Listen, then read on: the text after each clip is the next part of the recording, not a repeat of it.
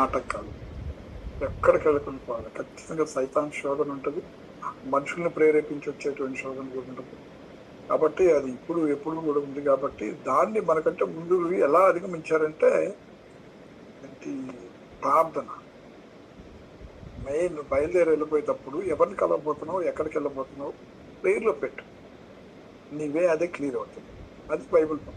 తర్వాత నువ్వు వెళ్ళిన గ్రూప్ దగ్గర నువ్వేం మాట్లాడుతావు, వాళ్ళని బ్లస్ చేస్తున్నావా, లేకపోతే నువ్వు బైబిల్ చదవాలనే బలవంతం పెడుతున్నావా, బైబిల్ మాత్రం ఒకటే గ్రంథం అని నన్ను ఫోర్స్ చేద్దాం అనుకుంటున్నారా, ఏం ఎక్స్ప్రెస్ అయిపోతుంది.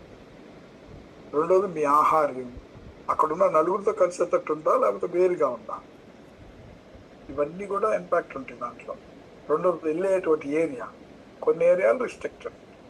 ఇప్పుడు తిరుమల తిరుపతి కొండ మీద యాక్చువల్గా అన్ని ప్రభుత్వ ప్రచారం ఉండకూడదు అది అని చెప్పేసి చిన్న ఏదన్నా ఏంటి ఆ బొమ్మ కూడా పైకి రానివ్వడానికి, అది అక్కడున్న రూల్.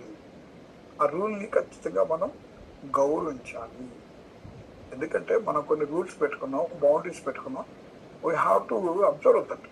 వేరే వాళ్ళు అబ్జర్వ్ చేస్తారో లేదో తెలియదు. యాజ్ ఎ క్రిస్టియన్గా మనకి బైబిల్లో ఉంది, అతని గురించి నువ్వు అది మానే.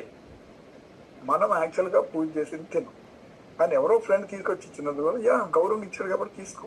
కానీ వేరే అతను వచ్చి అడుగుతా, నువ్వు క్రిస్టియన్ కదా తినవు కదా అంటే, ఈ అడిగిన వాడి కోసం మానేయమని చెప్తున్నాను. కాబట్టి వెళ్తున్నటువంటి ఏరియా ఎక్కడికి వెళ్తున్నారో అది ముందుగానే మెంటల్ మేకప్ చేసుకోండి. రెండోది, వెళ్తున్నప్పుడు కూడా ఒక్కళ్ళే వెళ్ళొద్దు, ఇంకో మనిషిని ఎవరినో తోడు తీసుకోండి. లేకపోతే అక్కడున్న పరిచయస్తులు ఎవరున్నారో అతని ద్వారా వెళ్ళి, అప్పుడు ఆటోమేటిక్గా ఇట్లాంటి ప్రాబ్లమ్స్ మ్యాక్సిమం అవాయిడ్ అవుతాయి. అలా కాకుండా అదేంటి ఏదో హతసాక్షుల్లాగా వెళదాం ఎందుకంటే ఆ రోజులు ఇప్పుడు కాదు, వెళ్ళిపోయినాయి కదా ఆ రోజులన్నీ.